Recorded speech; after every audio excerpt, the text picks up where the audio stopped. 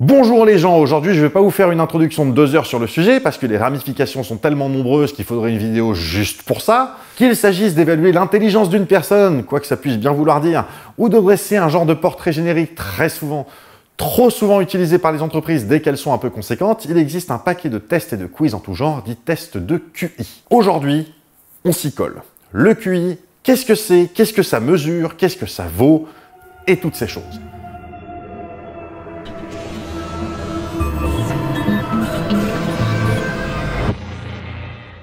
Bon, comme d'hab, on va commencer par un peu d'histoire et je préfère vous le dire immédiatement. Voyez ça comme un warning si besoin.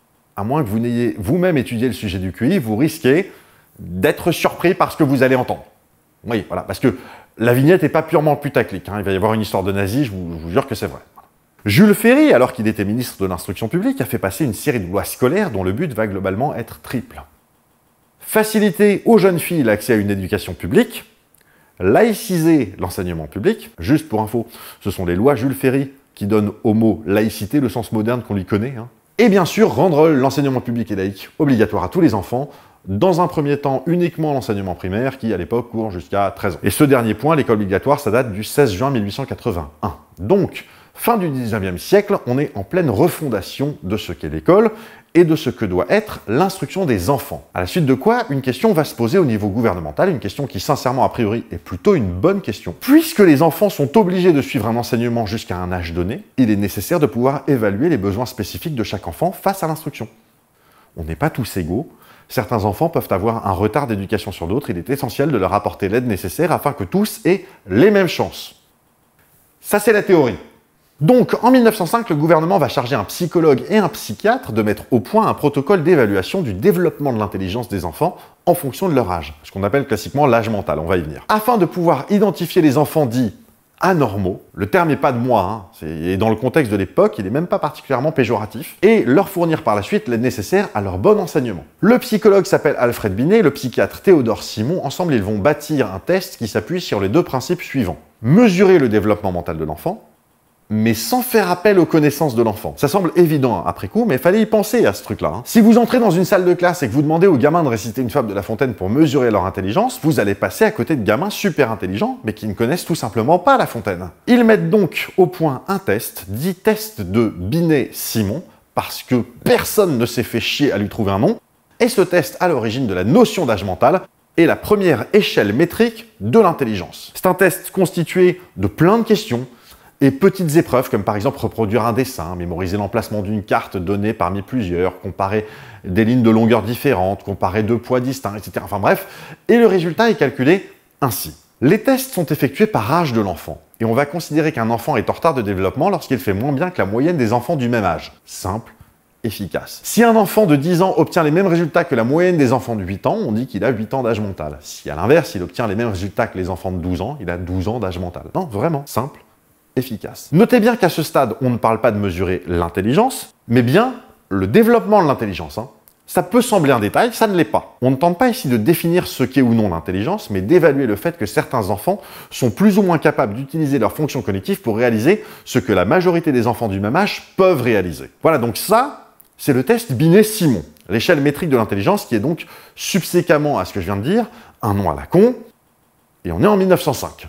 À peu près à la même époque, Louis William Stern, psychologue allemand, s'intéresse quant à lui à la mesure de l'intelligence. Il va développer le concept de quotient mental, qui n'est pas encore le QI. Son idée, c'est qu'en déterminant le rapport entre l'âge mental et l'âge physique d'un enfant, et quand je dis rapport, c'est véritablement rapport au sens mathématique, c'est une fraction, c'est une division, ça donne un nombre, un quotient, qui rend compte justement de l'écart mental entre un enfant et les autres enfants du même âge. Par exemple, un enfant de 10 ans qui aurait 8 ans d'âge mental aurait un quotient mental de 8 sur 10, 0,8.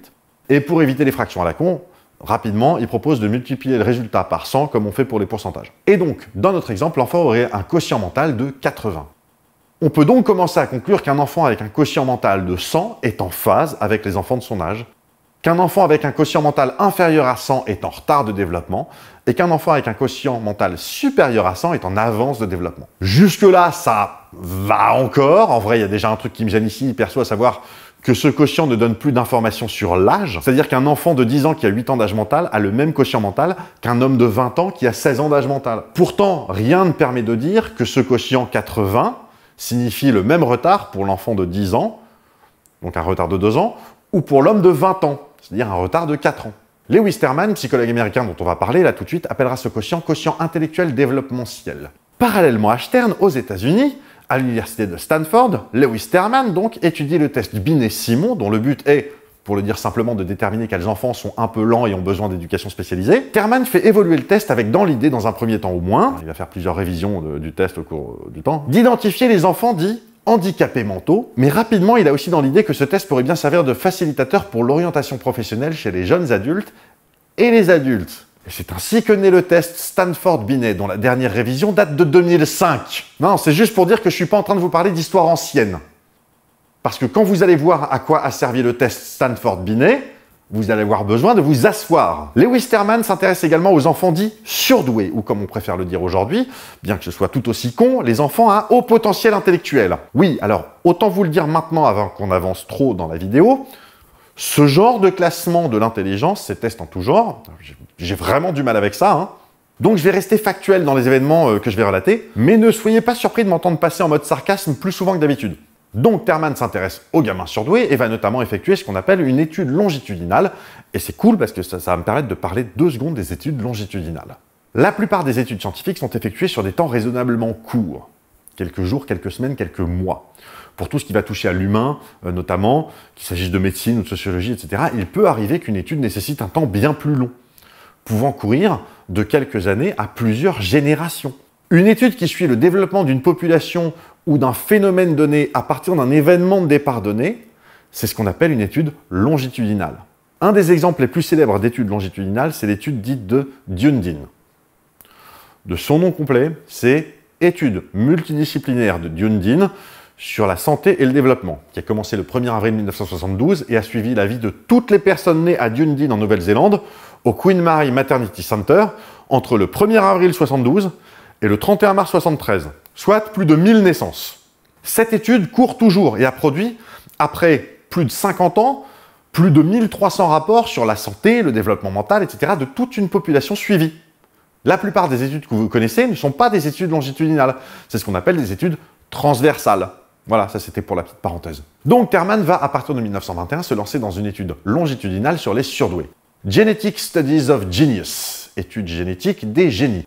Et là, vous allez me dire, ah, c'est une étude génétique? Alors, comment dire? Bon, son étude, à la base, elle sert à tordre le cou à quelques idées reçues au sujet des surdoués. Comme quoi ils seraient inadaptés socialement, maladifs, ce genre de trucs. Et effectivement, son étude permettra de montrer que les enfants qualifiés par son étude de surdoués sont généralement bien intégrés dans leur école, socialement adaptés, ont aussi globalement une santé aussi solide que leurs congénères. Mais il constate également qu'ils sont généralement un peu plus grands que les autres. Et ça, c'est important pour comprendre un truc concernant cette étude. Lewis Terman est un eugéniste. Et il considère que le test Stanford-Binet est un bon test pour désigner les meilleurs éléments d'une population, pour rediriger chacun selon son niveau, etc. Il s'intéresse également aux origines ethniques et raciales des enfants, d'où le côté génétique de l'étude. Mais attention toutefois, Terman n'est pas un eugéniste raciste et radical comme il en existe. C'est un eugéniste rationnel et scientifique. Et notez bien que je n'ai pas dit que c'était mieux, mais c'est un sujet qui aura son importance par la suite. Ah, et pour info, des données ont été collectées pour cette étude jusqu'en 1986, et en tout, elle a produit 5 livres et des dizaines de publications en tout genre. Donc, revenons à nos moutons. Le test Stanford-Binet est mis au point dans sa première mouture en 1916, et très vite, il commence à y avoir donc confusion sur ce que ce test montre. Dès que quelqu'un se retrouve avec une valeur absolue, il est facile de se dire « Bon, voilà, c'est mon niveau d'intelligence, c'est tant ». Alors, parlons un peu d'intelligence. Quelques secondes, hein. Et juste qu'on soit clair, cette partie de la vidéo n'aura strictement pas vocation à faire le tour de la question et définir ce qu'est l'intelligence. Il existe des bouquins entiers qui s'arrachent les pages sur cette question. Je ne vais pas y répondre en 2 minutes de quickie. Et je précise immédiatement, il y a beaucoup de ces écoles qui s'appuient sur des idéologies politiques, religieuses, etc. Alors, je n'y connais pas grand-chose, donc n'allez pas prendre ce que je vais dire pour argent comptant, je vais tenter d'exposer le truc tel que je l'ai pigé.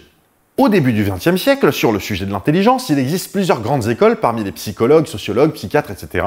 Tout d'abord, l'école dite classique, qui conçoit l'intelligence comme un organe. C'est notamment une thèse défendue récemment dans le livre de Bell Curve, écrit par Richard Erstein et Charles Murray, respectivement psychologues et politologues, un livre paru en 1994. Ce livre est controversé, et à juste titre, la thèse est pseudo-scientifique. Voilà. Et la voici dans ses grandes lignes. Le QI est un élément déterminant de caractéristiques comme les revenus du foyer, le rendement au travail, le fait d'avoir des enfants hors mariage, le potentiel criminel, etc. C'est-à-dire que selon eux, bien plus que la catégorie socio-économique dont vous êtes issu, votre QI est une excellente prédiction de tous ces sujets. Notamment, mais pas seulement, ils considèrent les différences de QI du point de vue racial et ethnique comme étant d'origine génétique. Ce que le consensus scientifique contredit. Sans grande surprise, leur thèse s'appuie sur des textes évoquant la pureté raciale, l'incapacité à intégrer des populations étrangères au peuple américain. Oui, parce que, évidemment, ils sont américains, voilà. Bref, c'est une thèse qui pue la merde, mais le sujet existe depuis longtemps, donc j'en parle, voilà. Autre école, autre posture, la révisionniste, celle qui considère l'intelligence comme les processus de traitement de l'information. C'est une idée qui est déjà bien plus répandue et c'est très clairement à elle qu'on pense aujourd'hui quand on parle d'intelligence artificielle. Une façon très mécanique, informatique de penser l'intelligence. Comme une succession d'engrenages, si vous voulez. Et enfin, l'école dite radicale, qui envisage l'intelligence comme quelque chose de complexe et à de nombreuses facettes. C'est notamment l'idée selon laquelle il existe plusieurs types d'intelligence pouvant être distinctes les unes des autres. Voilà. L'intelligence linguistique, l'intelligence logico-mathématique, l'intelligence spatiale, l'intelligence interpersonnelle, intrapersonnelle, corporelle, kinesthésique, musicale, etc. Concernant l'école dite classique, encore que ce nom m'énerve un peu vu la teneur moisie du truc, on peut noter que le concept fait partie de mouvements plus larges, et j'en parle parce que ça va être important par la suite, à savoir les mouvements héréditaristes et nativistes.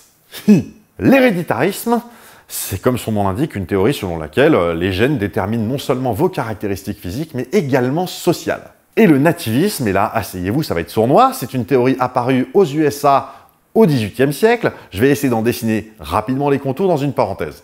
Les Américains en 1750, ils sont massivement protestants, blancs et anglo-saxons. Ce sont les fameux WASP, les White Anglo-Saxon Protestants. Et ils s'opposent globalement à l'immigration des catholiques, qu'ils considèrent comme assujettis au catholicisme en général et aux divers représentants du Vatican en particulier. Et à ce mouvement s'additionne une opposition contre le fait de considérer la population afro-américaine comme étant américaine au même titre qu'eux. Le nativisme, c'est s'opposer à l'intégration de populations étrangères ou de cultures étrangères au sein de sa propre population. Simplement, le Ku Klux Klan du 19e siècle, ce sont des nativistes. D'une certaine manière, l'idéologie du Front National, c'est nativiste. Pour le dire simplement, un nativiste s'appuie sur une modélisation plus ou moins scientifique pour s'offrir le luxe de la xénophobie et du racisme. En gros. Voilà, j'ai sans doute été un peu hors des clous par moment, mais je pense que pour ce qui concerne cet épisode, j'ai brossé un tableau relativement clair, à défaut d'être précis. Aux États-Unis, fédération d'États très friand de juridique et de classification technique, le QI semble être un indicateur objectif et impartial. C'est pas vraiment le cas. Pour catégoriser la population et notamment déterminer qui sont l'élite potentielle de la nation ainsi que qui sont ceux qui vont ralentir tout le monde. Maintenant, si vous prenez ce principe que je viens d'évoquer au sujet du QI, que vous ajoutez que l'eugénisme n'est pas encore considéré comme une éventuelle saloperie et que vous avez en tête d'améliorer globalement la population de votre pays, qu'est-ce que vous faites de toutes ces informations? Voilà, là c'est le moment où il va falloir être assis. Parce que ça va être raide, j'annonce, et parce que ça va être un peu long. Parce qu'on va parler d'eugénisme. Et oui, on est toujours sur un épisode qui parle du QI. Alors, l'eugénisme, qu'est-ce que c'est? Le principe est assez simple. Il s'agit d'employer des méthodes pour sélectionner le patrimoine génétique d'une population en fonction de choix prédéfinis. Vous voyez Darwin? La sélection naturelle? Ah ben c'est pas ça, voilà. La sélection naturelle des espèces, pour le dire simplement, vraiment simplement, c'est le fait que les individus au caractère génétique plus adaptés à leur environnement ont naturellement tendance à mieux persister et à se reproduire que ceux qui sont moins adaptés. La conséquence est que ces caractères génétiques tendent à se propager là où les autres tendent à disparaître. L'eugénisme, c'est vouloir activement organiser ce mécanisme de propagation de certains gènes ainsi que de disparition d'autres gènes. En pratique, ça consiste en quoi? Ça consiste par exemple à chercher à faire disparaître les caractères génétiques handicapants d'une population. Et là, on va de suite distinguer l'eugénisme de la thérapie génique, parce que c'est pas du tout la même chose. Imaginez qu'on identifie un gène qui provoque un handicap, par exemple la cécité, le fait d'être aveugle. Voilà. Si vous êtes porteur de ce gène, et que, mettons de façon probable ou certaine, on sait que si vous avez un enfant, il sera aveugle, la thérapie génique consiste à faire le nécessaire pour que votre enfant ne soit pas porteur de ce gène et naisse sans perdre la vue. Ça, c'est la thérapie génique. L'eugénisme, c'est dire qu'il est quand même souhaitable que vous n'ayez pas d'enfant pour qu'on arrête d'avoir dans le pool génétique de la population des gens aveugles. Et l'eugénisme au début du XXe siècle, croyez-le ou non, mais pour beaucoup de gens, c'est du progrès. Le mot eugénisme apparaît pour la première fois en 1883 dans les travaux de l'anthropologue, statisticien, géographe et météorologue britannique Sir Francis Galton, cousin de Charles Darwin. Je rappelle rapidement, à cette période, les travaux récents de Maxwell et Boltzmann en physique font apparaître une branche statistique de la physique, et donc vous vous retrouvez avec ce gars, Francis Galton, cousin de Darwin, parfaitement au courant de la théorie de la sélection naturelle des espèces et statisticien de surcroît. Conséquemment, ces travaux vont lier à la fois sélection biologique et statistique. Un exemple frappant est le portrait dit composite. Technique que Galton met au point qui consiste à prendre plusieurs portraits photographiques, des visages, avec le même point de vue, et à les entremêler en les centrant bien sur les yeux pour obtenir une moyenne des visages, un genre de visage moyen. Vous le voyez, l'aspect statistique là? Donc on est également à une époque où un truc se développe et qu'on ne considère pas encore comme étant du pur charlatanisme, c'est la physiognomonie. Et Galton, avec son portrait composite, va nager en plein dedans. La physiognomonie, c'est l'idée selon laquelle l'étude des caractéristiques physiques d'un visage donne des indications sur le caractère, la personnalité de la personne étudiée. Il en découlera deux autres pseudosciences, la phrénologie qui consiste à déterminer le caractère d'une personne à partir des différentes bosses de son crâne. Si vous entendez parler de la bosse des maths ou de la bosse des affaires, ça vient de là, voilà.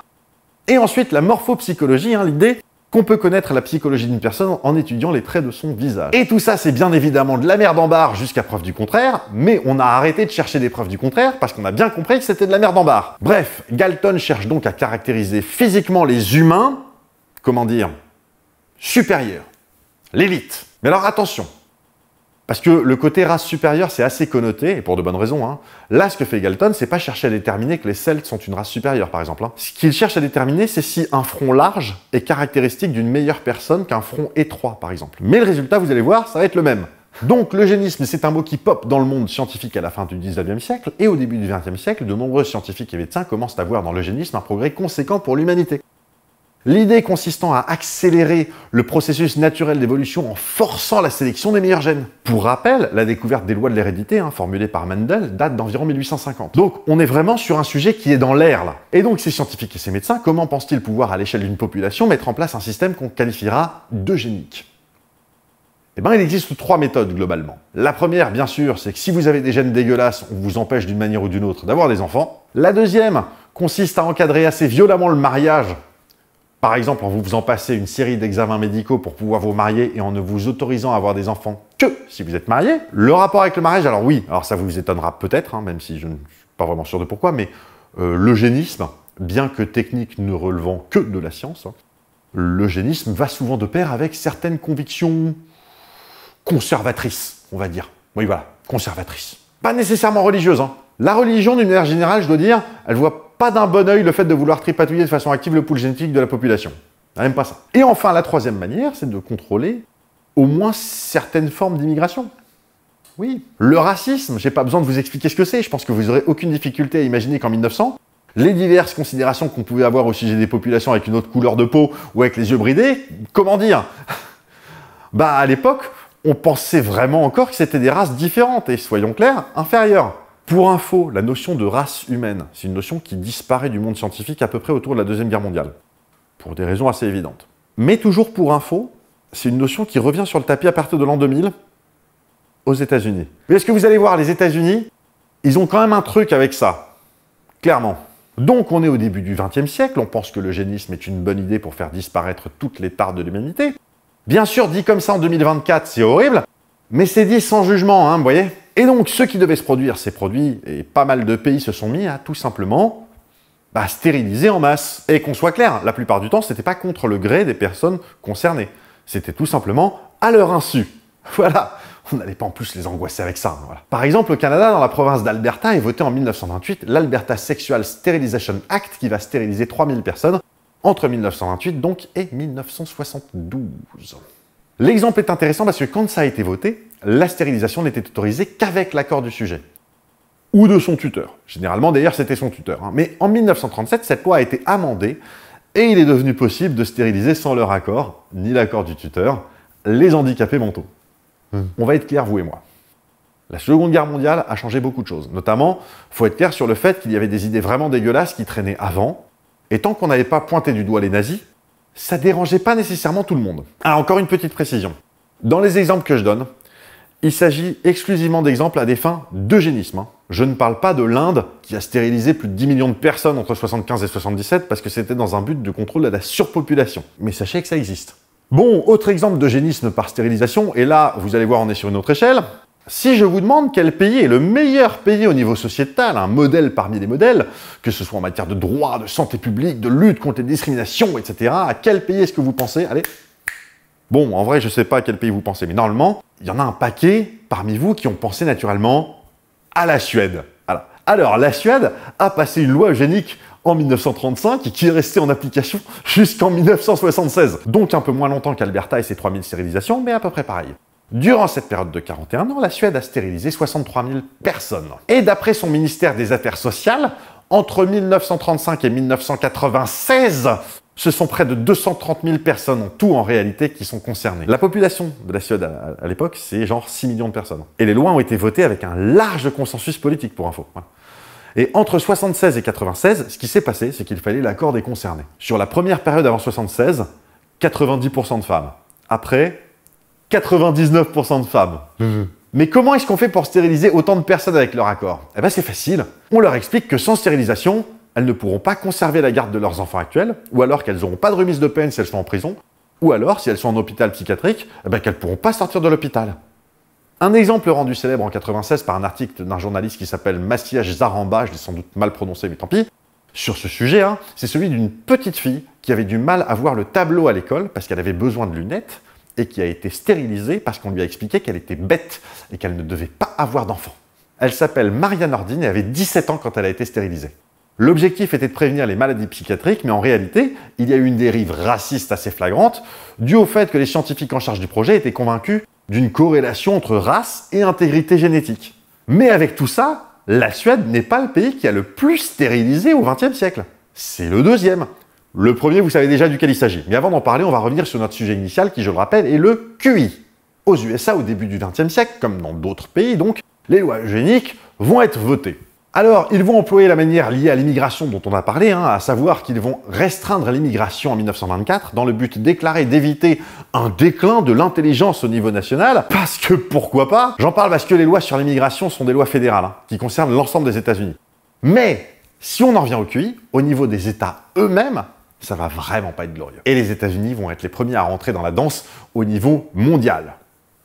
En 1897, le Michigan tente une loi pour stériliser obligatoirement certains types de personnes, mais la loi ne passe pas. En 1905, la Pennsylvanie tente le coup, mais veto du gouverneur Samuel Whittaker Pennypacker. Voilà, on s'en fout, on s'en branle de comment il s'appelait, mais sans connaître le gars, je me dis qu'au moins, il s'est opposé à ça. Et précisément, quand il a mis son veto, il a dit la chose suivante. Les hommes ayant de hautes connaissances scientifiques sont enclins à perdre de vue les grands principes en dehors de leur domaine. Permettre une telle opération, la stérilisation contrainte, reviendrait à infliger de la cruauté à une classe impuissante que l'État s'est engagé à protéger. Et c'est donc en Indiana, en 1907, qu'une loi passe pour la première fois et rend tout simplement obligatoire la stérilisation des criminels d'une part, et des faibles d'esprit. Du coup, c'est pas si étonnant que ça que ce soit l'État qui a failli voter que pi est égal à 3,2 au bout du compte. Le lien dans la description pour ceux qui n'ont pas la ref. En 1944, donc quasiment à la fin de la Seconde Guerre mondiale, ce sont 33 États des États-Unis qui adopteront cette loi. Au début, le programme visait les gens qui avaient un retard mental. Alors, je vous le traduis. Les gens qui avaient un faible QI. Voilà. On stérilisait les gens qui avaient un faible QI, la putain de leur race. Mais très vite, on s'est mis à également, au cas où, on sait jamais, voilà, stériliser les sourds, les aveugles, les handicapés. Les natifs aussi, même s'ils n'avaient pas de handicap ou de retard mental, Manifestement, les Indiens d'Amérique n'en avaient pas encore assez chié, donc voilà, on leur a mis ça aussi. Voilà. Pareil pour les autres minorités ethniques, et les pauvres aussi. En vrai, je vais vous donner les chiffres dans 2 secondes. Vu la taille du pays, c'est un miracle qu'ils aient pas stérilisé plus de monde que ce qu'ils ont fait. 65 000 personnes ont été stérilisées jusqu'en 1956. Et là, vous allez me demander, mais Bruce, il y a d'autres pays qui ont pratiqué la stérilisation contrainte sans pour autant que ce soit lié au QI. Qu'est-ce qui te fait dire qu'aux USA, le QI a été au moins en partie déterminant? Laissez-moi vous parler un instant d'Henri Godard. Et après, on parlera de cornflakes. Henri Herbert Godard est un psychologue, eugéniste et ségrégationniste américain. Parce que tant qu'à faire, autant cumuler.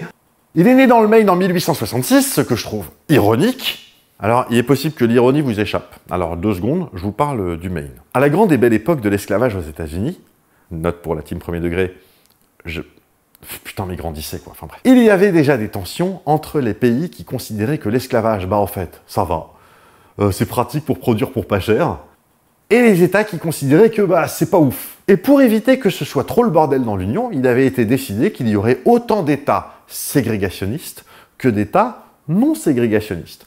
Comme ça, pour la représentation, ce serait mieux. Or, au début du 19e siècle, entre dans l'Union l'État du Missouri, un État avec des esclaves. Pour faire contrepoids et équilibrer les États esclavagistes des États abolitionnistes, une partie du Massachusetts fut détachée et entra dans l'Union comme un nouvel État en 1820. Et cet État, c'était le Maine. D'où l'ironie de voir Goddard naître dans le Maine.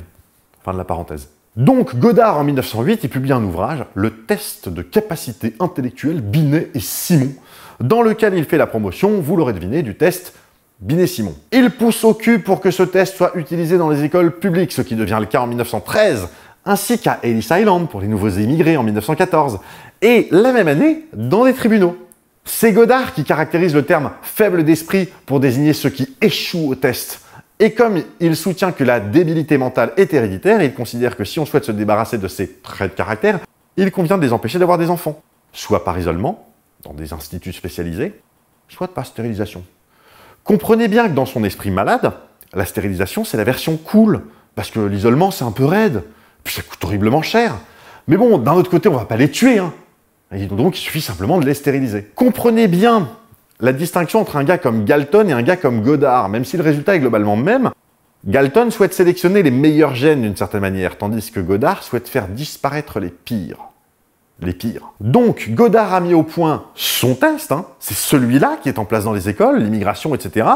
Et il pousse pour que des lois de stérilisation soient votées partout dans le pays. Et ce sont bien ces lois qui ont abouti à la stérilisation de plus de 60 000 personnes aux États-Unis. Et, pour la petite histoire, il y a quand même des gens qui ont gueulé un peu fort pour dire que c'était pas bien, hein, quand même, de stériliser les gens comme ça. Donc l'histoire est remontée jusqu'à la Cour suprême des États-Unis. Petit rappel, la Cour suprême des États-Unis n'a pas pour but de juger tel ou tel fait. Leur objet est, un peu comme la Cour de cassation en France, de dire si un jugement qui a été donné auparavant par une autre cour est, d'un point de vue strictement juridique, conforme à la loi et surtout à la Constitution des États-Unis. Eh ben, en 1927, la Cour suprême, dans l'arrêt Buck versus Bell, a confirmé que, non, c'est bon. La stérilisation, c'est constitutionnel, c'est bon, il n'y a pas de problème. Pour vous dire, le process de stérilisation contrainte était si efficace en Californie que les nazis ont pris contact avec le gouvernement pour prendre conseil sur comment mettre en place un tel système et empêcher la naissance des inaptes. Vous avez bien entendu. Avant la guerre, avant la solution finale, tout ça, les nazis avaient déjà commencé à vouloir se débarrasser des handicapés mentaux et globalement de tous les gens qu'ils jugeaient inaptes à faire partie de la population. Les premières chambres à gaz, c'était pour les handicapés mentaux, hein, voilà. C'est juste lorsque le pape a gueulé un peu fort qu'ils se sont dit « Bon, on arrête ». Parce que sinon, ça risque vraiment d'être le bordel. Comme quoi, c'est un peu rassurant de savoir qu'il suffisait que le Vatican gueule un peu pour que ça s'arrête. Bref, les gens, matez le film Conspiracy. C'est un excellent film de la BBC de 2001 avec Kenneth Branagh, Stanley Tucci et Colin Firth, entre autres, qui reconstitue la conférence de Wannsee, au cours de laquelle est décidée la solution finale. Notamment, Colin Firth, qui joue dans ce film, Wilhelm Stuckart, c'est le gentil du film. Celui qui explique qu'il suffit de stériliser les juifs plutôt que les exterminer, que le résultat à terme sera le même, mais que niveau juridique, ce sera moins la merde. Matez ce film, il est vraiment bien. Bref, donc en Californie, ça se passe tellement bien que Hitler est un peu jaloux. Voilà, ce qui est jamais vraiment un bon signe. Si vous faites un truc à votre population et qu'Adolf Hitler vient vous voir en disant « Mec, comment t'as fait pour que ça marche aussi bien, ça m'intéresse de fou », outre la surprise de parler à Hitler qui est mort depuis près de 80 ans, dites-vous que vous devez certainement chier dans la colle et pas qu'un peu. Bon, sinon quoi d'autre? Ah oui, les cornflakes. Laissez-moi vous conter la fabuleuse histoire de John Harvey Kellogg, celui des cornflakes. Alors, John Harvey Kellogg, vous allez le voir dans la série « Bonjour, les gens m'aiment bien quand ils ne me connaissent pas, mais en réalité, je suis un énorme fils de pute », et ben il est dans le top 5, je pense. Ah bon, après, c'est dur à dire, en vrai, parce que des énormes fils de pute, il y en a quand même 2-3, mais il est bien placé, vous allez voir. John Harvey Kellogg est un médecin et chirurgien américain né en 1852. Le gars a une approche holistique de la santé. Alors, holistique, ça signifie qu'il considère l'humain comme un tout, et qu'un problème de santé doit être abordé sur l'ensemble de la personne. En gros, si vous avez de l'eczéma, il va regarder votre peau, mais également votre sommeil, votre alimentation, votre activité physique. Enfin bref, on s'en fout, c'est pas le sujet, voilà. Mais du fait qu'il ait une approche holistique de la santé, il s'intéresse beaucoup à l'alimentation et notamment à une alimentation saine.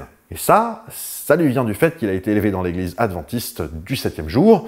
Vous pourrez vous-même vous renseigner si vous le souhaitez. Cette histoire est suffisamment longue déjà. Disons simplement qu'une des doctrines de cette église issue du protestantisme, c'est d'avoir une alimentation saine et faire du sport.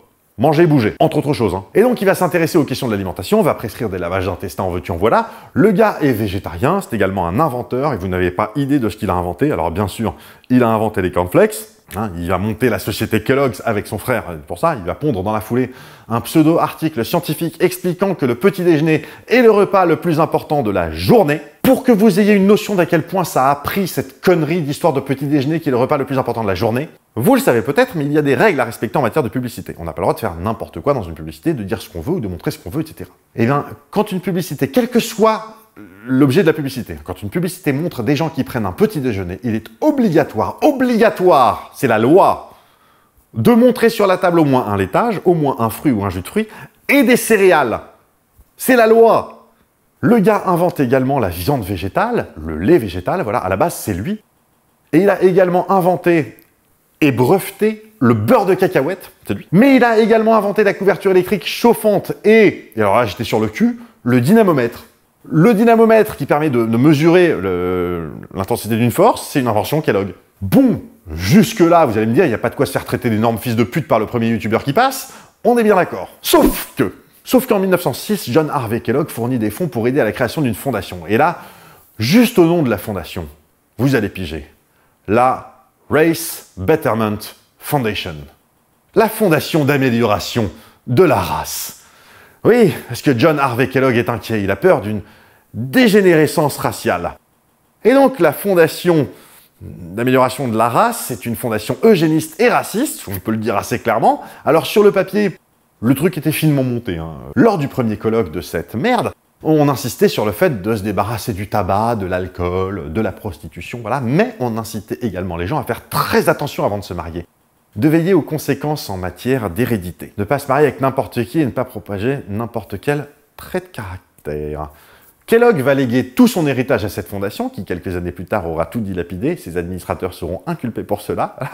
La fondation ferme ses portes en 1967. Donc Kellogg a utilisé son influence pour imposer une certaine hygiène de vie au peuple américain, avec à l'époque un volet concernant cette hygiène, qui était en gros le métissage, c'est caca. Ne vous mariez pas avec des gens bêtes, des gens pauvres, des gens handicapés ou des gens qui n'ont pas la même couleur de peau que vous. Voilà. Et bien sûr, tout le lobby nécessaire pour que des lois qui lui plaisent, notamment des lois eugéniques, puissent être votées. Bon, vous l'aurez compris, la découverte de l'existence d'un test de QI aux États-Unis, ça a eu des conséquences sales, jusque dans les années 60. La fin de la stérilisation contrainte aux États-Unis, c'est, pas ce que tu crois, l'administration pénitentiaire de Californie a pratiqué au moins 148 stérilisations forcées sur des femmes entre 2006 et 2010. Alors, ça n'a sans doute plus grand-chose à voir avec le QI. Encore qu'on pourrait en parler du lien que font certains entre QI et emprisonnement, même s'il est ténu. Mais tout ça pour dire, la stérilisation contrainte, c'est pas un sujet du Moyen-Âge. C'est un sujet contemporain. Lorsque la Suède a arrêté, j'étais déjà majeur. Les dernières stérilisations aux États-Unis, Facebook existait déjà. Donc, revenons-en un peu au QI, parce qu'il y a une question qu'on n'a pas encore posée, alors qu'elle semble assez importante. Le QI, qu'est-ce que ça mesure en vrai? Parce que le QI, qu'on soit clair, a une prétention nette. Donner une mesure quantitative, chiffrée et standardisée de l'intelligence humaine. Alors, quantitatif et standardisé, ça ok. Si tout le monde passe le même test et que le test fournit un nombre à la sortie, oui ok, c'est quantitatif et standardisé. Mais ça pose plusieurs problèmes. Déjà, désolé d'y revenir, mais c'est quoi l'intelligence humaine? Ensuite, standardisé, ça signifie qu'on considère a priori que l'intelligence humaine se mesure chez tous les humains de la même manière. Sachez que le test inclut des questions de logique, des questions de coordination, des questions de compréhension visuelle, etc.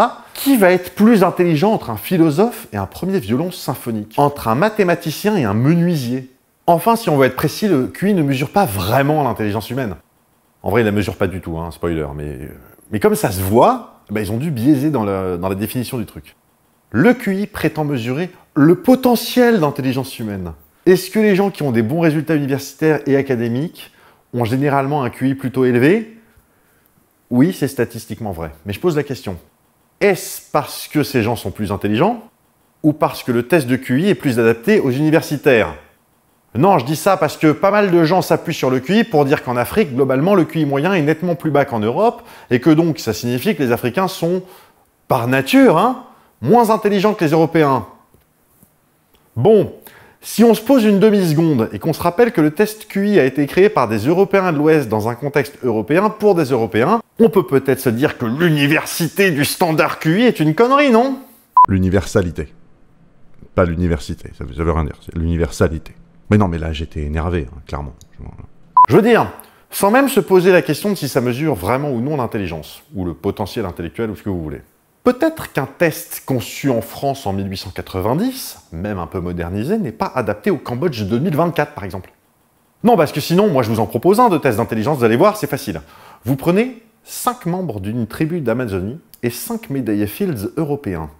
Et vous les lâchez les 10, isolés à poil dans la jungle amazonienne, et ceux qui ont survécu après un mois sont les plus intelligents. Non, le QI ne mesure ni l'intelligence ni même le potentiel intellectuel d'une population. Le QI permet de distinguer statistiquement comment une population donnée, à un moment donné dans un environnement donné, répond à une série de questions données. C'est tout. Si vous mettez en place un processus de sélection pour construire une équipe de foot, vous allez prendre vos candidats, leur faire passer une série de tests. Voilà.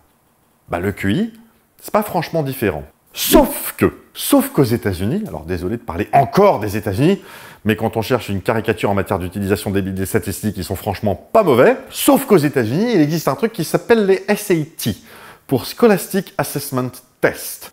Vous pouvez le tourner dans tous les sens que vous voulez, ce test psychométrique, c'est très clairement un test de QI sur le principe. Le problème, c'est que le test SAT est requis dans quasiment n'importe quelle université aux USA. Et votre score peut vous fermer purement et simplement les portes d'une université sans autre forme de procès, indépendamment de vos résultats scolaires par ailleurs. Hein. Ils peuvent aussi, hein, s'ils sont suffisamment élevés, vous permettre d'obtenir une bourse. Et vous allez me dire, bah quoi? En France aussi, hein, pour entrer à la fac, il faut avoir réussi son bac, c'est un examen.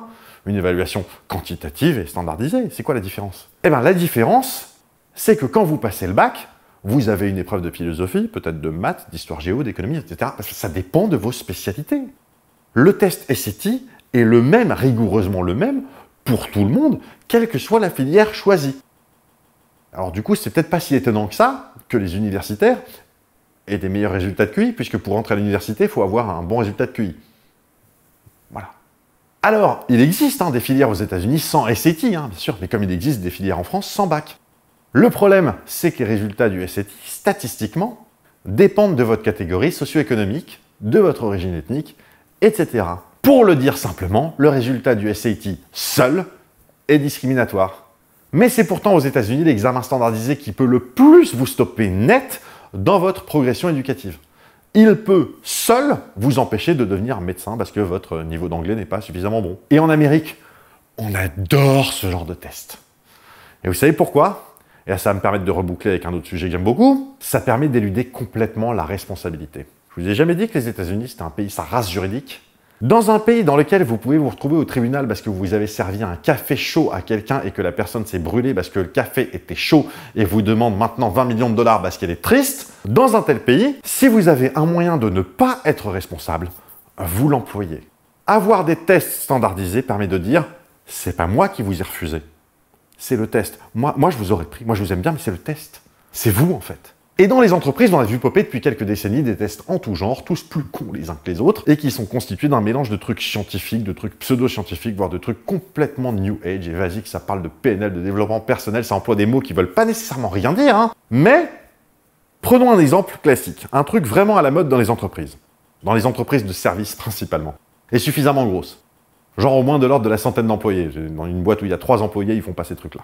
Connaissez-vous le test dit MBTI, le Myers-Briggs Type Indicator? Ce test, créé en 1962 par Isabelle Briggs-Myers et Catherine Cook-Briggs. Vous noterez immédiatement que je n'ai pas dit les psychologues Myers et Briggs ou les sociologues Myers et Briggs. Hein? Non, j'ai juste dit leur nom. Parce qu'elles ne sont ni psychologues, ni sociologues. La première est romancière, et il n'y a pas de mal, moi aussi je suis romancier. Achetez mon livre, hein? Et la deuxième est théoricienne en psychologie. Théoricienne en psychologie. Et c'est juste un titre pompeux, sans doute autoproclamé, pour dire qu'elle a écrit des livres sur la psychologie. Mais elle n'est pas psychologue. Mais alors attention, elles sont peut-être toutes deux très intelligentes et très compétentes. Hein. Je dis simplement qu'elles ont fondé un test psychométrique en n'étant ni psychologue, ni sociologue. Et ni statisticienne, pour verrouiller l'argument. Ce qui ne les a pas empêchées de s'appuyer lourdement sur les théories de Carl Jung pour concevoir leurs tests. Bref. Ah, et Isabelle est la fille de Catherine. C'est pour ça qu'elles ont un nom en commun. Voilà. Et alors, que fait ce test MBTI? On va tout de suite commencer par dire, et je le rappellerai, ce test n'a été validé par aucun scientifique pendant sa conception, et son efficacité a été plusieurs fois débunkée de façon scientifique. Pour le consensus scientifique, le test MBTI, c'est de la pseudo-science. Donc le test, à quoi sert-il? Il permet d'identifier les dominantes psychologiques des personnes dans des cadres liés au management ou aux problèmes dans le cadre des relations interpersonnelles. Ce test prend 4 caractéristiques, choisies à la zob, je ne sais pas comment le dire autrement. Pour chacune de ces 4 caractéristiques, vous avez une position purement binaire. Voilà. Par exemple, vous êtes introverti ou extraverti. Et à partir de ces 2 possibilités, à chaque fois pour 4 caractéristiques, vous obtenez un résultat parmi 2 x 2 x 2 x 2, 16 possibilités. Les 4 caractéristiques sont les suivantes. Êtes-vous tourné sur vous-même ou sur l'extérieur? Vous êtes introverti ou extraverti. Comment percevez-vous les informations? Vous utilisez la sensation ou l'intuition. Comment prenez-vous vos décisions? Par la pensée ou par le sentiment? Enfin, qu'est-ce qui influence la façon dont vous organisez votre vie? Le jugement ou la perception? Voilà, donc normalement, j'ai pas besoin d'expliquer pourquoi c'est de la merde. Normalement, tout le monde le comprend, sauf les boîtes qui payent des dizaines de milliers d'euros pour faire évaluer leur personnel sur ces critères complètement idiots. Donc, normalement, je disais, j'ai pas besoin d'expliquer pourquoi c'est de la merde, mais je vais quand même le faire avec un exemple très simple. Il n'existe pas dans ce test de nuances en termes de caractéristiques. Par exemple, vous êtes introverti ou extraverti. C'est tout. Et extraverti, ça peut vouloir dire, en imaginant que le test mesure effectivement si vous êtes ou non extraverti, et je vous le dis tout de suite, c'est pas le cas. Mais ça peut vouloir dire donc que vous avez le contact facile avec des inconnus et que vous n'hésitez pas à aller parler à des gens, ce qui peut être un plus pour un commercial par exemple. Mais ça peut aussi vouloir dire que vous êtes capable, en pleine réunion de travail, de monter sur la table, de faire l'hélicobite en disant « Hey, regardez ma bite, elle est belle ma bite, hein !» Aucune différence, c'est la même case. Mais le mot important ici, c'est case. Ce test va vous sortir un mot de 4 lettres, genre ENTP, ce qui voudrait dire extraverti, intuition, pensée et perception. Et ce mot est une case, parmi 16 cases. Oui, pour le MBTI, tous les humains peuvent entrer dans exactement 16 cases. Et pourquoi j'insiste sur ce test dont on sait qu'il ne mesure pas ce qu'il prétend mesurer, qu'il n'est pas fiable? C'est-à-dire que si vous passez le même test à 2 semaines d'écart, vos résultats peuvent être diamétralement opposés. Les catégories qu'il mesure ne sont pas indépendantes les unes des autres, et donc peuvent conduire à des contradictions. Et enfin, les catégories ne sont pas suffisamment exhaustives. Voilà, donc pourquoi est-ce que j'insiste sur ce test? Parce que dans des milliers d'entreprises, ce test classifie les employés, et on demande aux managers de gérer les employés selon les cases qui sont les leurs. Ce test peut vous empêcher d'évoluer dans une entreprise, il peut bloquer vos augmentations, etc. Alors que ce test a, en gros, la même validité que la photographie de la couleur de votre aura. Et j'insiste, parce que, encore une fois, c'est un test très utilisé aux États-Unis et, on va être honnête, pas mal utilisé également en Europe et notamment en France. J'ai même vu des gens proposer ce test dans des écoles, genre en fin de collège, pour aider les enfants à leur orientation. Vous le comprenez le problème? Et si jamais vous êtes tenté de me dire que ça n'a plus grand-chose à voir avec le QI, permettez-moi de vous brosser le tableau. Aux États-Unis, le QI est un test très valorisé, si bien que ça a donné les SAT, que virtuellement tous les étudiants américains ont passé. Donc, les psychométriques de ce genre, c'est dans la culture là-bas. Et ça finit par entrer dans les entreprises sous forme de tests divers et variés comme le MBTI. Mais il n'y a pas que le MBTI. Pendant les 4 ans de ma vie que j'ai passé dans une entreprise, on m'en a fait passer 2 des tests de ce genre. Il y en avait un avec des couleurs, genre t'es rouge dominant avec comme couleur secondaire le vert, tu vois, ce genre d'absurdité. Et un avec des animaux. Donc pareil, ouais, t'es un hibou avec un dauphin en secondaire. Et une fois que c'est dans les entreprises américaines, ça arrive naturellement en Europe parce que vous comprenez, c'est un test qui est utilisé en Amérique, c'est un test américain. Ça a été développé par les Américains, les mêmes Américains que les Américains de la NASA. Ah bon, bah si c'est utilisé en Amérique, alors ça doit être très performant. Ah bah moi je facture chaque fois que je fais passer un test, alors je vais pas vous dire le contraire. Est-ce que vous connaissez Mensa? Mensa est une organisation internationale dont le seul critère d'entrée est que vous ayez un QI supérieur à 98% des gens. Si vous êtes dans les 2% des meilleurs résultats au test de QI, vous êtes admissible à Mensa. Et ça sert à quoi? Ça fait quoi? Mensa a 3 buts. Détecter et promouvoir l'intelligence humaine dans l'intérêt de l'humanité.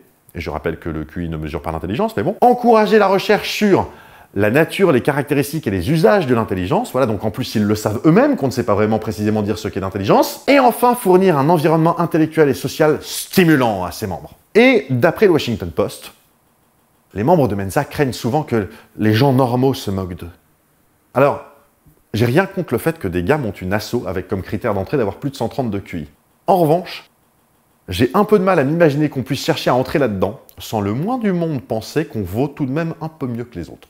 Et je rappelle que le QI ne mesure toujours pas l'intelligence. Bon, sinon, juste un truc marrant, le test MBTI dont je viens de pas mal parler s'inspire pas mal dans la forme d'un test bien connu également dans les entreprises. Un test, cette fois-ci conçu par un psychologue, et qu'on appelle classiquement le modèle des Big Five, ou encore le modèle Océan.